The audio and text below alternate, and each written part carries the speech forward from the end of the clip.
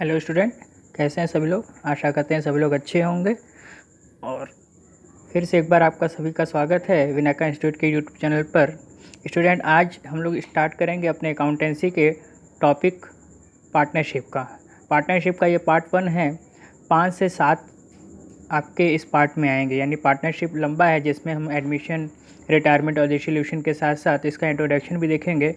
लेकिन ये पहले पार्ट में आज हम लोग केवल ये देखेंगे कि पार्टनरशिप का इंट्रोडक्शन में क्या क्या चीज़ें आती हैं। तो चलिए फ्रेंड्स, देरी न करते हुए स्टार्ट करते हैं अपना टॉपिक। तो आज का टॉपिक है पार्टनरशिप।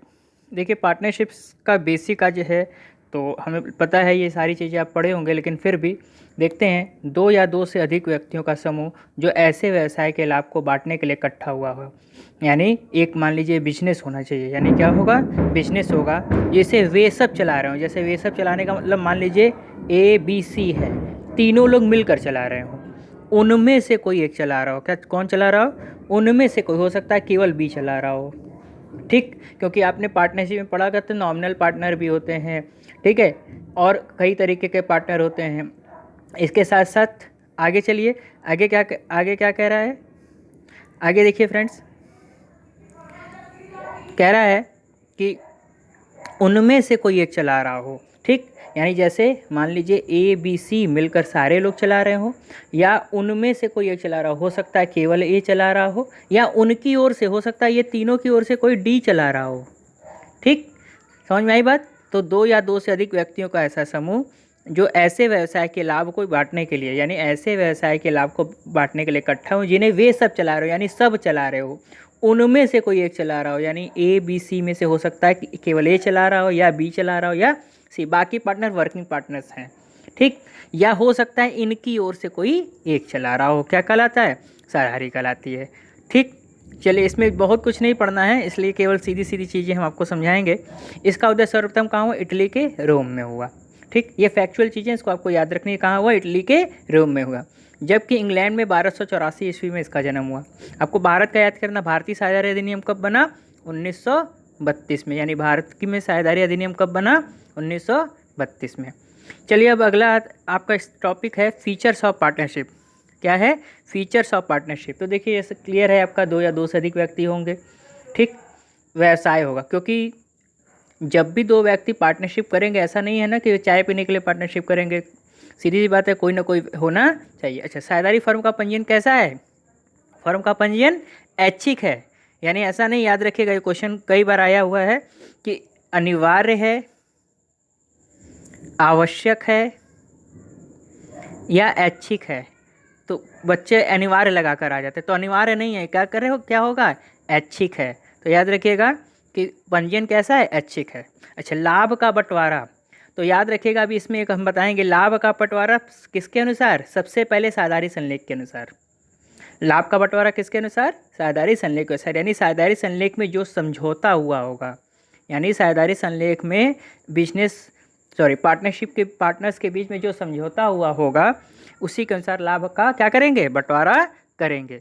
इसके साथ साथ एक चीज़ और देखिए, कह रहा है कि अपने हिस्सों का हस्तांतरण स्वतंत्र नहीं। इसका मतलब मान लीजिए ABC है, इसमें से कोई एक चाहे कि अपना प्रॉफिट किसी दूसरे को ट्रांसफ़र कर दे, तो ऐसा नहीं होगा। तो अपने हितों के हस्तांतरण स्वतंत्र नहीं है। बिना सभी साझेदारों के सहमति के कोई भी साझेदार अपने हितों का हस्तांतरण नहीं कर सकता। ये पार्टनरशिप का इम्पॉर्टेंट फीचर्स है। इंपॉर्टेंट फीचर्स क्या है? हितों के हस्तांतरण पर रोक, यानी कोई भी अपना हित, यानी ऐसा नहीं कि हम अपना प्रॉफिट दूसरे को दे देंगे। ठीक, अगले है साझेदारी संलेख। तो साझेदारी संलेख के बारे में भी हम आगे इसी वीडियो में आपको बताएंगे। आगे क्या कह रहा है? असीमित दायित्व, यानी साझेदारों का दायित्व कैसा होता है? असीमित होता है। याद रखिएगा, ये भी क्वेश्चन पूछ सकता है। क्वेश्चन ये क्या पूछ सकता है कि निम्न में से कौन से पार्टनरशिप का विशेषता है? तो याद रखिएगा, अनलिमिटेड लायबिलिटीज़ होती है। कैसी लायबिलिटीज़ होती है? अनलिमिटेड लायबिलिटीज़ होती है। इसके साथ साथ कम से कम कितने पार्टनर? कम से कम 2 पार्टनर। कितने पार्टनर होने चाहिए? 2 पार्टनर। और मैक्सिमम पार्टनर 50। अच्छा, क्वेश्चन ये पूछ सकता है कि यदि बैंकिंग व्यवसाय है, कैसा व्यवसाय है? बैंकिंग व्यवसाय है, तो बैंकिंग व्यवसाय में, यानी बैंकिंग व्यवसाय है, तो उसमें मैक्सिमम पार्टनर कितने? 2। मिनिमम वही होंगे, 2 होंगे। यानी हमने क्या पढ़ा? हमने ये पढ़ा कि अगर मान लीजिए कि सिंपल पार्टनरशिप फर्म है तो मिनिमम 2 और मैक्सिमम कितने 50। लेकिन एक चीज़ ये भी याद रखिएगा कि कंपनीज एक्ट, अच्छा हमने आपको शुरू में एक चीज़ बताई थी कि पार्टनरशिप की जो संख्या का निर्धारण है कि कितने पार्टनर होंगे, ये साझेदारी अधिनियम 1932 में इसका उल्लेख नहीं है। यानी मैक्सिमम कितने पार्टनर होंगे या मिनिमम कितने पार्टनर होंगे, इसका निर्धारण साझेदारी अधिनियम 1932 में नहीं दिया गया है। देखिए इसके पहले आपने पढ़ा था ना साझेदारी अधिनियम 1932, यानी साझेदारी का निर्धारण संख्या का निर्धारण 1932 में नहीं है, साझेदारी अधिनियम नहीं है, वो कहाँ पर है, वो कंपनीज एक्ट में है, सॉरी। यानी साझेदारी अधिनियम के अंतर्गत संख्या का निर्धारण यानी कितनी संख्या होगी, यह निर्धारण किसके अंतर्गत है, कंपनीज एक्ट 2013 के अनुसार है। तो 2013 के अनुसार देखिए क्या कह रहा है कि साझेदारी कंपनी एक्ट 2013 की धारा 464 के अनुसार साझेदारों की अधिकतम संख्या कितनी हो सकती है, 100 हो सकती है। यानी आप 100 हो सकती है, लेकिन वर्तमान में ये कितनी है, 85 है। इसीलिए हमने आपको क्या बताया, मिनिमम 2 और मैक्सिमम 50 नॉर्मल बिजनेस के लिए, जबकि बैंकिंग ऑर्गेनाइजेशन के लिए यही संख्या कितनी हो जाएगी, 10 हो जाएगी। तो याद रखिएगा मिनिमम 2, आप मैक्सिमम 50 लगाएंगे। कितनी हो सकती है, अगर कंपनी एक्ट के अनुसार कितनी हो सकती है, तब 100 हो सकती है। लेकिन अभी वर्तमान में अभी कितनी है, सर चल रही है 50 ही चल रही है, और बैंकिंग के लिए 10। चलिए आगे चलते हैं। पार्टनरशिप डीड, देखिए पार्टनरशिप डीड है क्या। तो पार्टनरशिप डीड हमने बताते थे आपको हमेशा ही कि partnership deed is a bundle of rules and regulation, यानी साझेदारी नियम कानून का पिटारा, यानी साझेदारी संलेख क्या है, नियम और कानूनों का पिटारा है, यानी rules and regulation, bundle of rules and regulation. ठीक है, चलिए आगे चलते हैं। आगे क्या कह रहा है, यह लिखित या मौखिक हो सकता है। इसके होने से फर्म में होने वाले मतभेद को क्या किया जाता है, दूर किया जाता है, क्योंकि पार्टनरशिप डीड बनी रहेगी तो पार्टनर आपस में लड़ेंगे नहीं, और लड़ेंगे तो बता दिया जाएगा कि साझेदारी संलेख पर आप लोग ने क्या किया था, सिग्नेचर किया था, उसी के अनुसार सारा काम हो रहा है। तो अब आपसे क्वेश्चन कभी कभी पूछता है कि यदि पार्टनरशिप डीड नहीं बनी हुई है, इस क्वेश्चन को देख समझिएगा कि यदि पार्टनरशिप न होने पर क्या नियम लागू होंगे। ठीक, तो निम्न में से पार्टनरशिप, अगर ऐसा क्वेश्चन मान लीजिए पूछते कि साझेदारी संलेख के अभाव में यानी साझेदारी संलेख की अनुपस्थिति में निम्न में से क्या चीज़ें लागू होंगी या क्या चीज़ें लागू नहीं होंगी, तो याद रखिएगा प्रॉफिट एंड लॉस को साझेदारी संलेख नहीं है तो कैसे बांटेंगे, इक्वल बांटेंगे। कैसा बांटेंगे, इक्वल बांटेंगे। अच्छा, इंटरेस्ट ऑन कैपिटल नहीं मिलेगा, किस पे, यानी जो साझेदार पूंजी लगाए हैं उस पे उन्हें ब्याज नहीं मिलेगा। उन्हें सैलरी और कमीशन नहीं मिलेगा। उनमें interest on drawing not charge, यानी इसका मतलब कि फर्म से अगर वो आहरण करते हैं तो फर्म को उन्हें ब्याज नहीं देना है। लेकिन ये इंपॉर्टेंट चीज़, इसको याद रखिएगा, ये पूछ सकता है कि इंटरेस्ट ऑन पार्टनर्स, यानी अगर कोई पार्टनर्स लोन दिए हुए हैं तो उन्हें 6% की दर से इंटरेस्ट ऑन लोन मिलेगा। ये इंपॉर्टेंट, केवल यही चीज़ मिलती है, बाकी कोई चीज़ नहीं मिलती है। और प्रॉफिट एज यूजुअल इक्वल मिलेगा। ठीक, तो एक बार फिर से देख लेते हैं क्या कह रहा है। कह रहा है कि क्या नियम, अगर क्या है, पार्टनरशिप डीड नहीं है तो उन्हें प्रॉफिट एंड लॉस कैसा होगा, इक्वल मिलेगा। इंटरेस्ट ऑन कैपिटल नहीं मिलेगा। सैलरी और कमीशन भी उन्हें नहीं मिलेगा। कब, जब पार्टनरशिप डीड न हो, पार्टनरशिप डीड न हो। और अगर पार्टनरशिप डीड है तो सारे चीज़ें उसी के अनुसार होंगी। प्रॉफिट भी लॉस का भी जो बंटवारा होगा वो पार्टनरशिप डीड के अनुसार होगा। लेकिन पार्टनरशिप डीड यहाँ नहीं है, इसलिए कैसा होगा, इक्वल होगा। इंटरेस्ट ऑन ड्राइंग कोई चार्ज नहीं, लेकिन पार्टनरशिप डीड नहीं है फिर भी interest on partners capital loan होगा, यानी लोन पर उन्हें 6% की दर से ब्याज मिलेगा। चलिए आगे देखिए, जब पार्टनरशिप फर्म के शुरुआत में हम लोग एक पीएल एप्रोप्रिएशन बनाते हैं, लाभ हानि नियोजन खाता। तो देखिए पीएल अकाउंट अपने आप में कौन सा अकाउंट होता है, नॉमिनल अकाउंट होता है, और सारे एक्सपेंसेस यानी पीएल अकाउंट याद रखिएगा फर्म के अनुसार बनाते हैं, फर्म के अनुसार। ठीक, तो यदि मान लीजिए फर्म साझेदारों को ब्याज दे रहा है, सॉरी कमीशन और सैलरी दे रहा है, यानी salary and commission of partners, तो फर्म को क्या है, फर्म के लिए खर्चा है। पार्टनरशिप में यदि कोई साझेदार फर्म में काम कर रहा है और उसे वेतन मिल रहा है या उसे कमीशन मिल रहा है, तो ऐसी स्थिति में वो फर्म के लिए क्या है, खर्चा है, फर्म को देना होगा, किसको, पार्टनर्स को, तो वो क्या है, एक्सपेंसेस है। इंटरेस्ट ऑन लोन क्या है, वो भी क्या है, यानी अगर कोई साझेदार अगर लोन दिया हुआ है तो फर्म को ब्याज देना होगा। यदि कोई साझेदार फर्म को लोन दिया हुआ है तो फर्म को ब्याज देना होगा। यानी पीएल अप्रोप्रिएशन फर्म के अनुसार बनती है। पीएल अप्रोप्रिएशन किसके अनुसार? फर्म के अनुसार। तो सैलरी और कमीशन क्या होगा? यानी वेतन और जो कमीशन है वो पार्टनर्स को देना है। किसको? फर्म के लिए। तो फर्म के लिए क्या? एक्सपेंसेस। इंटरेस्ट ऑन लोन, यदि मान लीजिए कि पार्टनर्स ने लोन दिया हुआ है तो फर्म क्या करेगी? ब्याज देगी। उसी तरीके से जो पार्टनर्स कैपिटल लेकर आए हैं उस पर भी, कैपिटल पर भी इंटरेस्ट फर्म को क्या करना होगा? देना होगा। तो ये सारी चीज़ें फर्म के लिए क्या है? एक्सपेंसेस हैं। बाई बैलेंस अकाउंट का मतलब क्या हो गया? यानी बाई बैलेंस अकाउंट, यानी यहाँ पे बाई बैलेंस अकाउंट की जगह बीडी कर लीजिएगा। यानी पीएल का opening balance, profit and loss का क्या है? Opening balance. यहाँ अकाउंट नहीं होगा, यहाँ बीडी होगा।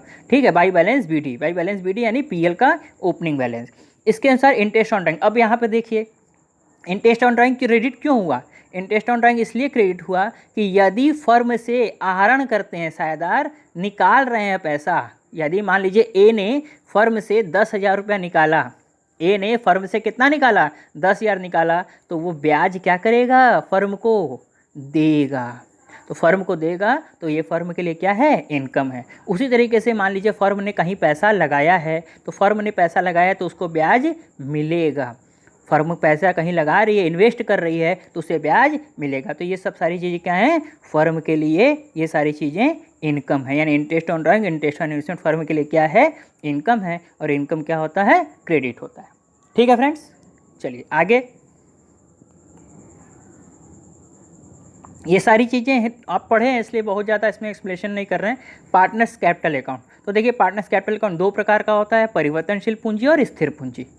अब नॉर्मली फ्लैक्चुएटिंग कैपिटल होता है। तो नॉर्मल आप जो अकाउंट बनाते हैं पार्टनर्स कैपिटल अकाउंट, वो कैसा होता है? फ्लैक्चुएटिंग कैपिटल होता है, परिवर्तनशील पूंजी।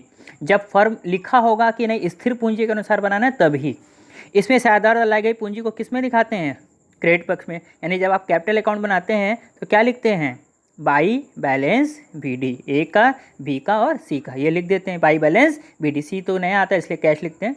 ठीक, तो बाई बैलेंस बीडी। इसके साथ साथ साझेदारों की पूंजी पर ब्याज, वेतन, आहरण पर ब्याज, ठीक है, ये सारी चीज़ें ऋणों पर के साथ ऋणों पर ब्याज का समायोजन किया जाता है। यानी interest on capital, interest on loan, interest on drawing, ये सब सारी चीज़ें भी कहाँ दिखाई जाती हैं? आपके कैपिटल अकाउंट में दिखाई जाती हैं। चलिए यहाँ से ये चीज़ें इंपॉर्टेंट हैं।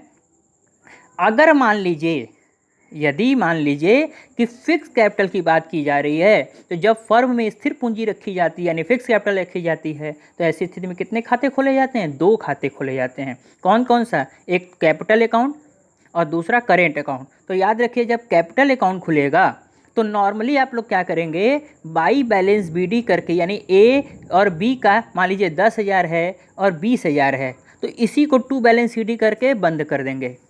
इसका मतलब जो कैपिटल है वो फिक्स्ड है, यानी ओपनिंग भी जितना होगा उतना ही क्लोजिंग होगा। ये फिक्स कैपिटल का हिस्सा है। तो एडजस्टमेंट सर कहाँ करेंगे? ये बात आ गई कि अगर कैपिटल को, अगर मान लीजिए कि ओपनिंग बैलेंस यानी बीडी भी 10-20 है और सीडी भी आपका 10 और 20 है, तो ऐसी स्थिति में बाकी interest on capital, interest on loan, interest on drawing, ये सब दिखाएंगे कहाँ? तो भाई उसके लिए हम क्या बनाएंगे? करेंट अकाउंट बनाएंगे। क्या बनाएंगे? करेंट अकाउंट बनाएंगे। लिखा है सभी समायोजन किस में करेंगे? चालू खाते में करेंगे। खोल कर किए जाते हैं। पूंजी के अलावा, यानी आप पूंजी अब तो यहाँ दिखा दिए, यानी पूंजी के अलावा सभी समायोजन परिवर्तनशील पूंजी की तरह ही किया जाता है। यानी जैसे ऊपर अपने फ्लैक्चुएटिंग कैपिटल में जैसे इसका समायोजन करते हैं, किसका? इंटरेस्ट ऑन कैपिटल का, इंटरेस्ट ऑन लोन का, इंटरेस्ट ऑन ड्राइंग का, उसका जैसा समायोजन करते हैं वैसे ही करेंट अकाउंट में करेंगे। अब ये इंपॉर्टेंट पूछा है, कभी 1-2 बार पूछा हुआ है एग्जाम में आपके, कि चालू खाते के शेष को कहाँ दिखाते हैं? तो चालू खाते के शेष को कहाँ दिखाते हैं? आर्थिक चिट्ठे में, बैलेंस शीट में। अब आपसे क्वेश्चन पूछ सकते हैं कि सर चालू खाते का शेष अब बैलेंस शीट में किस ओर दिखाते हैं? क्योंकि बैलेंस शीट 2 तरीके का, 2 चीज़ होती है, उसमें एसेट्स होता है और लायबिलिटीज़। तो कह रहा है कि यदि डेबिट बैलेंस होगा, यानी करेंट अकाउंट का कौन सा बैलेंस होगा? डेबिट बैलेंस होगा, तो उसे कहाँ दिखाएंगे? एसेट साइड के, यानी बैलेंस शीट के कहाँ दिखाएंगे? एसेट्स में दिखाएंगे। और अगर उसका क्रेडिट बैलेंस होगा तो कहाँ दिखाएंगे? Liability side of balance sheet दिखाएंगे। और अब चालू खाता यानी ये जो करेंट अकाउंट है वो कौन सा अकाउंट है? पर्सनल अकाउंट है। इसको एक बार फिर से देखिए, कह रहा है क्या कह रहा है कि चालू खाते के शेष को किस में दिखाते हैं, आर्थिक चिट्ठे में दिखाते हैं। तो आर्थिक चिट्ठे में दिखाएंगे करेंट अकाउंट के बैलेंस को, लेकिन करेंट अकाउंट के बैलेंस को आर्थिक चिट्ठे में दिखाएंगे कहाँ, तो कह रहा है कि यदि डेबिट बैलेंस है, यदि करेंट अकाउंट का कौन सा बैलेंस है, डेबिट बैलेंस है, तो उसको कहाँ दिखाएंगे, एसेट साइड में दिखाएंगे। यदि उसी का कौन सा बैलेंस है, क्रेडिट बैलेंस है, तो उसको हम लोग कहाँ दिखाएंगे, लायबिलिटीज साइड में दिखाएंगे। उसको कहाँ दिखा देंगे, लायबिलिटीज साइड में दिखा देंगे। और चालू खाता यानी जो करेंट अकाउंट है वो कौन सा अकाउंट है, पर्सनल, क्योंकि चालू खाता किसी व्यक्ति का होगा। जैसे आप देखते ही हैं नॉर्मली बैंक में भी करेंट अकाउंट होता है, तो करेंट अकाउंट कौन सा अकाउंट होता है, पर्सनल अकाउंट होता है। तो ये था आपके लिए कैपिटल का। ठीक, आज का लास्ट टॉपिक आएंगे इंटरेस्ट ऑन ड्राइंग। ठीक, चलिए इंटरेस्ट ऑन ड्राइंग में बहुत कुछ नहीं पढ़ना है। अच्छा, इंटरेस्ट ऑन ड्राइंग फर्म के लिए इनकम। ठीक, तो यही लिखें, फर्म के लिए क्या है, आय है, और साझेदारों के लिए एक्सपेंसेस। क्यों, क्योंकि जो साझेदार फर्म से पैसा निकालेंगे उन्हें ब्याज देना होगा, उन्हें क्या करना होगा, ब्याज देना होगा। इसलिए साझेदारों के लिए क्या होता है, एक्सपेंसेस होता है, जबकि फर्म के लिए क्या होता है, इनकम होता है। तो अब इसकी गणना के सूत्र छोटा सा है, क्या है, गणना के सूत्र में देख लीजिए क्या कह रहा है कि यदि आहरण प्रत्येक माह की कब, प्रथम तारीख को होगा, तो सिंपल सा फॉर्मूला 6.5/12 लगेगा, 6.5 डिवाइड बाई 12।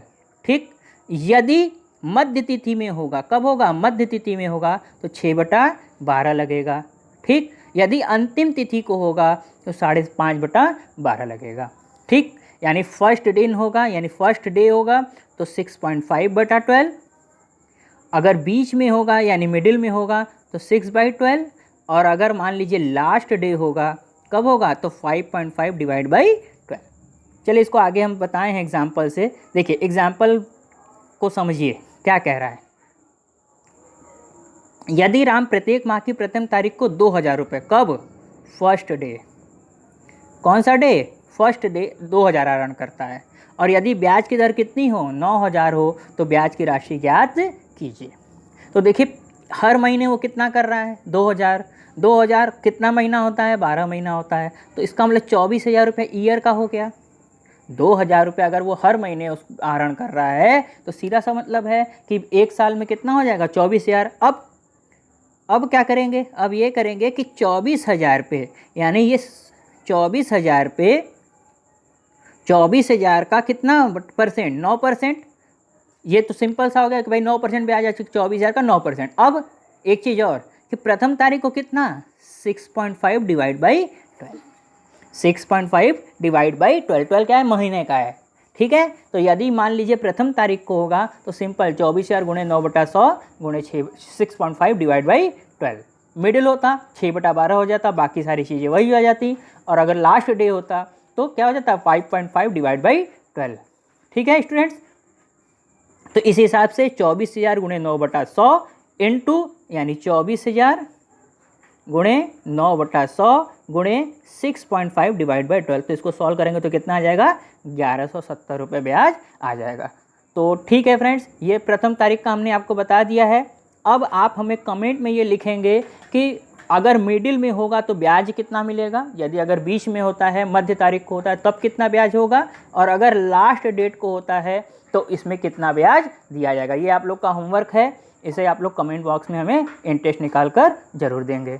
तो ये रहा आज का वीडियो जिसमें हम लोगों ने पार्टनरशिप के बारे में अच्छे से देखा, और हमें उम्मीद है कि ये लेक्चर आपको अच्छे से समझ में आया होगा। ये इंट्रोडक्शन पार्ट है, पार्ट फर्स्ट है, तो इसके बाद हम लोग अपने पार्ट सेकंड में,